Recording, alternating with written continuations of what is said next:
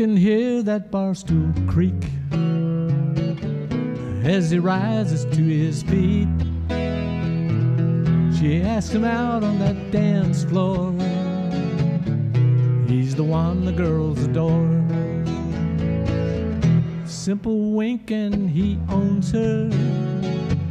That cowboy smile fills her eyes. Turns the head of every woman. Can't avoid it though they try.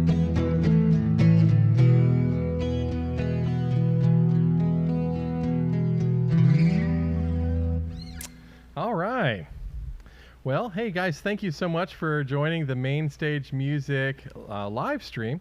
We are here with a special guest. You know, I tell you, we're a little bit early, but this is our October featured artist, and we have with us Rodney Stroup. And how are you doing today, Rodney? I'm doing great. So we want to thank you guys so much for viewing.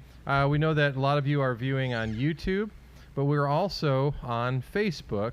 Or vice versa. We're on Facebook and on YouTube. So if you prefer one format or the other, you can watch on either platform.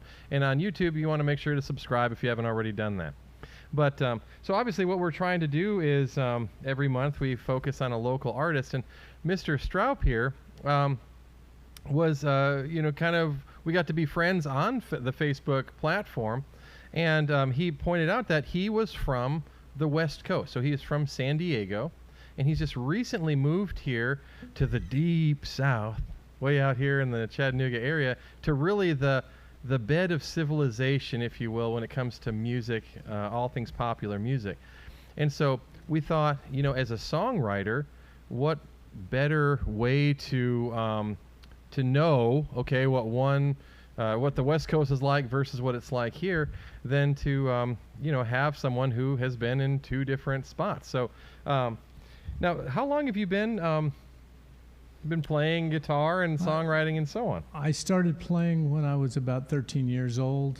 I lived in Hawthorne, just not too many blocks from the Beach Boys at the time they were first starting. And a guy named Jerry Seeger lived across the street from me, and it's a great story, but it's too long for this show. But he got me started so that I could play rhythm while he practiced his leads, and so it all started from that. So. Well, you know, I'll tell you, we always have that one friend that kind of helps us into the industry. Yeah. So. Well, he was older than me, and my dad liked him, so I got to be kind of his roadie, and it was fun. I met a lot of people through Jerry. Oh, absolutely. And I was very young at the time. So this would have been back in the, and again, I don't want to, you know, out your age 1962. Here. 62. Okay, yeah. So this is pre-Beatles, I was just a kid. hitting the Ed Sullivan show. Oh yeah, then. I saw so you were saw there. the earthquake when the Beatles showed up. Yeah, so yeah, that's it cool. changed everything. You know? So so with that, the kind of music that you guys were playing in the early 60s would have been things like I don't know, Elvis and stuff like that, or I mean, tell us a little you know, bit Elvis was very popular and stuff, but where I lived in that area, surfing was huge, and Dick Dale and the Deltones and surf music was big. Of course, the Beach Boys, and I knew just about all the people around there. Dave Marks was in the band at that time, and he quit the Beach Boys because he didn't think they were going anywhere. So, well, I mean, he was wrong, right? Yeah, so, he admits it. You know. So now that, okay, and again, just to prove my ignorance here, so the Beach Boys, that was obviously early '60s, the whole surf type of thing, right? Yeah. And obviously being in San Diego, that was obviously a really dominant, I imagine, music genre at the time. Well, at the time I lived in Hawthorne, which is up in L.A. Okay. At that time, we moved to San Diego later on. Oh, okay. But gotcha. during that period, I was living in Los Angeles. Oh, okay. The Hawthorne area. It's changed quite a bit in those. Yeah. Yeah, it's a mess now. See, I've always been a fan of those styles of music. Now, did surf and those kind of crazy instrumental things influence the musician that you are today in the First song I ever learned was oh yeah, Pipeline. So classic, man. It's great stuff. Okay, so now that being said, now what would you say that your style of music, like if someone was to say put a label on what you do, I mean, like the song that you were just playing, it had a very, you know what it reminded me of was, you know, and again, I hope you, you know. You can't insult me. I used to work at a newspaper. Well, I was thinking of the Glenn Campbell. Okay. Glenn Campbell. It has it had a kind of that crooner telling a story type of thing. Right. And it had a, you know, to me at least, you know, to my ear, it kind of felt like a Glenn Campbell style. Right. Well, Glenn actually played on a lot of those things. I met some of the people from the from the Wrecking Crew, the Wrecking Crew through Jerry. Of course, I didn't know who they were. I was just a little kid, you know. I was following him around. He'd go down, and these guys would be playing. I didn't pay any attention to him. When I before I moved, I was born in California, but before I moved back to California, we lived in Arkansas, and we'd go up to see my uncle in Missouri, and he was Red Foley's bass player. Oh, wow. And well, the thing that amazed me, I was just a little kid at the time, you know, and I met like Minnie Pearl and Grandpa Jones, all these old country stars, but they're just friends of my uncle. I didn't know, you know. And the guy that was the most amazing to me was the guy that did the credits. There was a big old wheel, and they'd write them in chalk, and they'd see them go up. Well, when they went up, that's because the guy was turning the wheel, and it would stop, and because he'd had to grab it somewhere else. And so well, I thought that's the greatest job there, man. That's the job I want, you know. That's the job I want, you know. I didn't even think about being a musician at that time, you know. So that I guess your uncle would have been not Hartford Taylor, but let me see here. Bob White. Bob White. Okay. Yeah. So, well, how cool is that? So this is a lifelong thing then for you, you know. Well, my mom's side of the family, my mom was funny. She was great to be around. My friends used to come over to see her, not me. Oh, you know? okay. And my dad was kind of a tough guy. He worked with his hands, and he was not a strict disciplinarian, but you know where you stood at all times with him. Everybody did. It's interesting. I know that a lot of our viewers may not think of California as being an important part in country music, but during the Great Depression, when country music was really kind of coming into its own, a lot of artists who were from the rural South, okay? Like I like to think, oh, here comes the Chattanooga Choo-Choo, by the way, for all of our viewers wondering, hey, there it is. Yeah, right on time. But I was thinking about the Maddox brothers and Rose, okay? So they are very famous, you know, family, early country band, but they were from Boaz, Alabama, which is not really far from here at all, maybe about an hour and a half. But they were so poor that they wanted to get out of the South and move west. Okay, I mean, obviously, almost Steinbeck style way to, you know, Grapes of Wrath. Yeah, to head west, and that's where they found fame as country music artists. And so even though they're from the South and playing a very Southern style of music, they had to go west, you know, to find their fame and so on.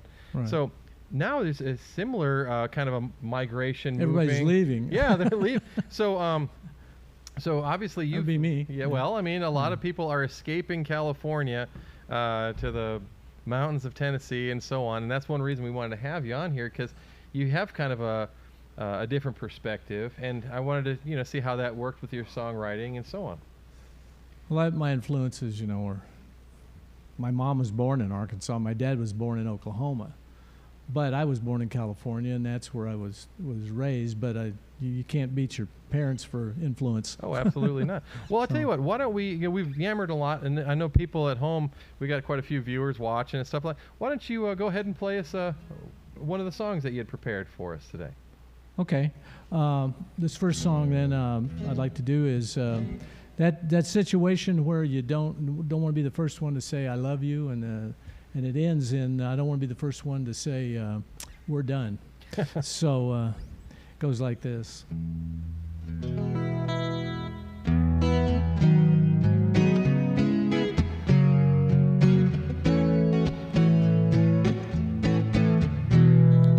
Holding on to each other in the garden of love, feeling as strong as the sun up above. And both of us feel it, know it's true. whose lips will whisper the first I love you. But you're waiting on me, I'm waiting on you. You know, I know, I know, you know, I know, you know it's true.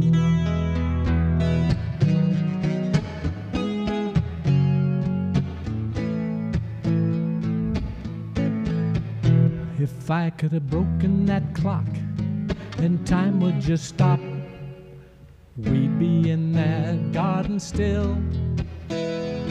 But time just kept moving for me and for you. We're the closest to strangers that don't know what to do. But you're waiting on me, I'm waiting on you. You know, I know, I know, you know, I know, you know it's true.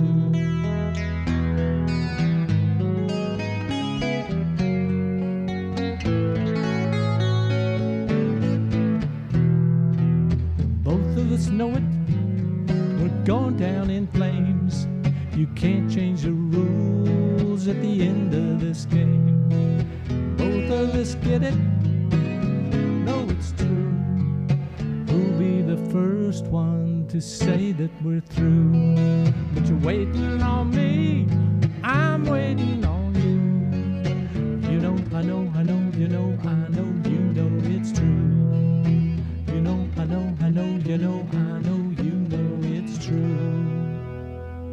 Cool. Well, thank you so much for sharing. That is an interesting subject. I don't think I've ever heard that in a song before. You got the shortened version. Well, that's fine. You know, I'll tell you, when it comes to arranging songs, the way oftentimes people write it, they're writing it for a band. And when you're trying to play that kind of skeletal version just by yourself on a guitar, you have to kind of trim things up so that people get the idea without, you know. Well, you know, the worst part is when you get through and you're off stage and everything, and you go, I let the best verse out. You know.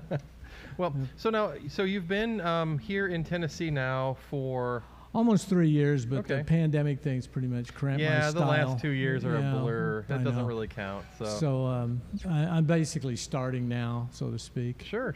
Now, have you had an opportunity to play any of the venues in the Chattanooga or surrounding areas? I played down at Wanderlinger one time, a show, and then I've been playing at Clyde's, trying my material out on the audience. You know, I always like to try everything first, make sure it works, and nobody writes a song; they rewrite songs. Yeah. And I've got one song I've rewritten so many times that I played it, and then something will leak back in from like the original version or something. Yeah, But, absolutely. It's Well, I'll tell you, it's like you can tell that. Well, all of us are products of our influences. Oh, okay? absolutely. Yeah. So, like you were mentioning earlier about having parents that necessarily weren't originally from California, but Right. you were. So, I mean, that right there, you can hear manifest itself in some of your, experiences and so on. And so, and obviously with our art, doubly so. So I can imagine coming from one side of the continent to the other. It's a bit of a culture shock. Like even with myself, I grew up in north central Wisconsin, which is a very rural and different area than the South. Of course, this is our home. Right. You really learn to love how wonderfully diverse and just exciting Well, I like this area it. is. It's great. The reason we moved here was because we wanted to get out of where we were, of course. But my business partner, I owned a theatrical company. We did props, backdrops, special effects for the industry. And my business partner, we'd sold the business, and we kept in contact. And I was talking to him one day, and I said, we're looking to move out of California. And he says, well, I live in Chattanooga, and I love it here. And I said, well, so my wife started looking around, and she said, hey, here's a little spot. This looks good. I didn't want to live in the city. I want to live out in the sticks a little bit. But I wanted to be close enough I could go into town and play. And I want a big enough town that is worth it. I don't. And so I ended up actually in Trenton, Georgia. That's where I live. Beautiful area. And right there by the park and everything is gorgeous, See, and one thing that about Chattanooga is that, well, first of all, they call it the Scenic City. And all you have to do is drive very through artsy. It's very artsy. wonderful. Yeah. But really, it's like Chattanooga is a product of its people, okay? Because everywhere is beautiful in one way or another, but what makes Chattanooga really great is that we've got all these artists working together, bringing their spin on things and so on, and trying to create to have a better scene and so on. Now, one thing I'm surprised of, I'm truly surprised of, is we haven't had more comments. We do have one comment that popped in, and it's from our friend Gerald. And Gerald is a little bit younger than you, but he kind of from that same kind of era, style of music. But his comment was, that guitar sounds amazing. And no doubt, those Godin guitars. And Jerry, he's playing through a Roland Cube amp, and my opinion of those, they're phenomenal. So, but I think Jerry actually has a Cube as well. So can't beat good equipment. Oh, no, it's great stuff. Yeah. So, now, I know that we've been hearing a lot of jokes, too, about, hey, Tennessee's full, don't come here anymore, and so. And I think really it's because, rightfully so, a lot of people hear about, we'll just say, issues that come from different areas, and you don't necessarily want those issues coming. But you mentioned something I thought was really telling. You said that the people that are coming here are trying to get away from those issues, too. Right. I mean, so, it's like smokers. People that have quit smoking are the biggest zealots against it. Well, that's the same thing as a lot of people coming from there. They're done with that whole thing, and they want the freedom that you guys have. Oh, here, yeah. And see, that's one thing that... don't bring it with you thing. I don't think you really have to worry about that too much. Well, I think that people are... because, again, I know that generally when we were... when I first moved in, I was just a teenager. Mm-hmm. But, I was called like a Yankee and stuff. I'm like that. I'm like going, Yankee? Do you not know where north central Wisconsin is? I mean, but the point is that really they just...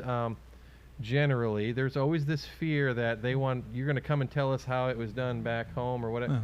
But reality is that the reason you came here is because our community is great. And What you want to do is you want to make it great along with us. Let me tell you how great the community is here.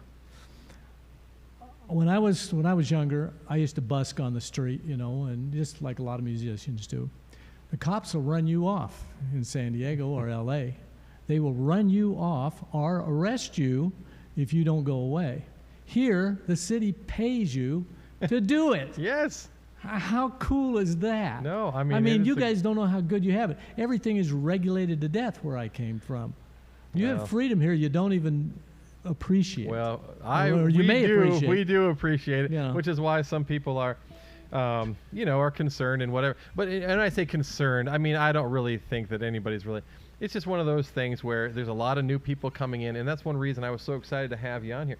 Now, your background, you had mentioned that you worked in the film industry, but you were also, you brought this with you here, which is really neat. So you were an actual professional cartoonist. Well, I was an illustrator. Illustrator. So you had your own strip here. I saw it, and it's really nice, that, it was in this paper here, which is in the... San Diego area, so I mean, I imagine that arguably 1 million people could have seen this, and for that matter, that's a cool thing. When I worked for the Union Tribune, which was the largest paper south of the LA Times, in California, it was a daily, big paper. You had to do it all if you worked in the newsroom. I mean, I did courtroom drawings, I did cartoons, I did illustration, portraits. You had to do it all. I mean, there was like 4 guys there. There's 4 guys and 1 girl, and we had to do all the art. And this was not in the day when you could steal something off the internet and manipulate it in Photoshop. You had paints and pencils. I'm old, okay? So, so really, it was a baptism of fire there. That was So you've got actual illustration as far as one aspect of your art, and of course working in the film industry, and then of course music, and honestly, if you're a songwriter, poetry as well.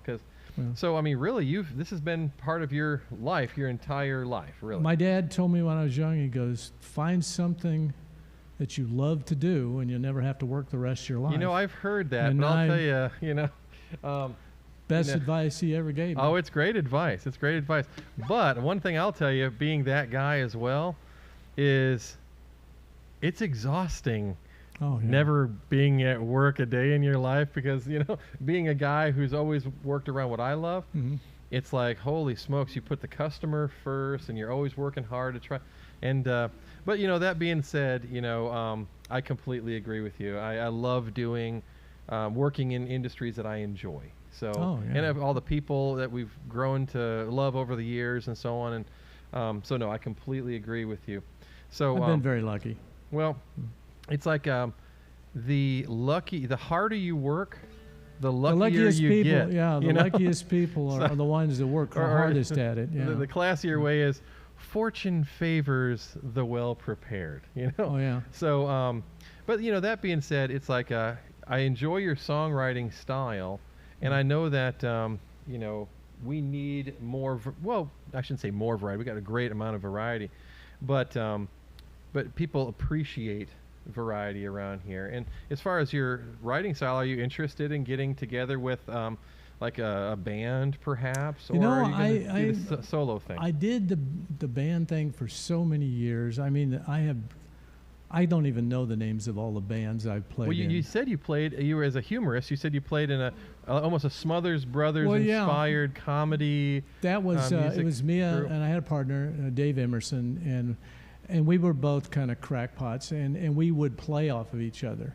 Mm-hmm. And then we'd play with the audience, and of course we set a lot of stuff up ahead of time, but it was a lot of fun. It's a show, yeah. But we wanted to do some clubs. I mean, the unions and stuff are so thick where we came from that you can't play certain songs in certain places. I mean, as far as so we wrote all our own stuff. We had a 2-hour show with a break in between, all original material. And it was a lot of work, but once we got it tight, it was, it was good to work on. Yeah, it's an extension of yourselves, yeah. Little bits and things. One advice thing, though, I got one time, and I recommend it to everybody, is every time you meet somebody, I met a lot of, being in the industries I was in, you run into a lot of people that are sharp, successful, good at what they do, things like that. And the best advice I ever got was from Dick Clark. And I asked him for advice, and he said, make a star out of everybody you meet, and they'll make a star out of you. There you go. And believe me, from the time he said that, my business changed. When I had the theatrical prop business, I started treating people different, and man, it pays off. Oh, no doubt. Absolutely. Just I don't know what it was, but that was some of the best advice. Well, my recommendation is ask advice from anybody that you deem worthy of giving you advice, And you'd be surprised that great advice can come from some of the most unlikely places too. Absolutely. So, failure is a good teacher. Oh yeah, no doubt, no doubt. So I'll tell you what, I would love to hear another song, and I know the people that are viewing would like to as well.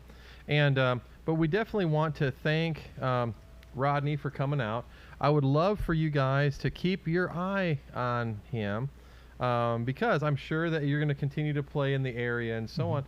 I would definitely recommend that you check out if Tremont is still doing open mic. I was going to go down there tonight, actually. Oh, yeah. So Tremont, go see my friend Michael McDade. Yeah. He's a great guy, and he was running that for a long time. I hope you still are. Otherwise, I just made kind of a fool out of myself. I think he still is. But, Michael's a great guy. So you can tell him Brad sent you down from Main Stage, but we're all good friends.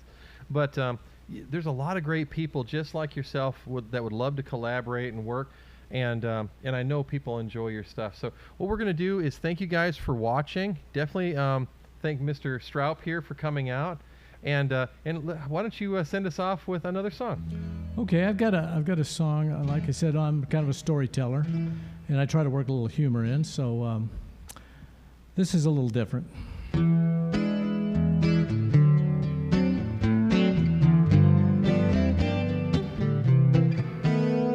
There's a view from the stage only players know, watching the crowd as they come and they go. Nobody's listening, nobody's listening to me. Can't you see? She gives me a wink as she sets down my drink. She's working so hard she hasn't got time to think. Nobody's listening, nobody's listening to me. The bartender's joking, staff's on their toes. They're working their asses off. It's the way it goes. There's things going on. That's where I get these songs. There's some guy acting crazy to impress a young lady. She couldn't care less, 'cause she's not impressed by the way that he's dressed. But the poor boy is doing his best, and she ain't listening to him or to me. Can't you see?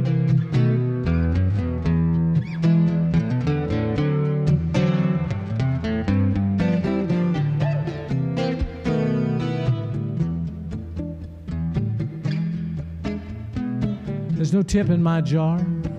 That's the way things are. Just another lonely night of being nobody's star. But I'll be back next week. The same songs I'll repeat till last call, and that's all. Last call. Last call. Then the lights will come up and I'll have to do my bit. I gotta tell everybody that y'all gotta get. So head for the door and finish that beer. You don't have to go home, but you can't stay here. And if you drink, don't drive. If you drive, don't park. Because accidents cause children. And that ought to make you think. But nobody's listening. Nobody's listening to me. There's a view from the stage that only players know. But nobody's listening. Thank you guys so much. Thank you.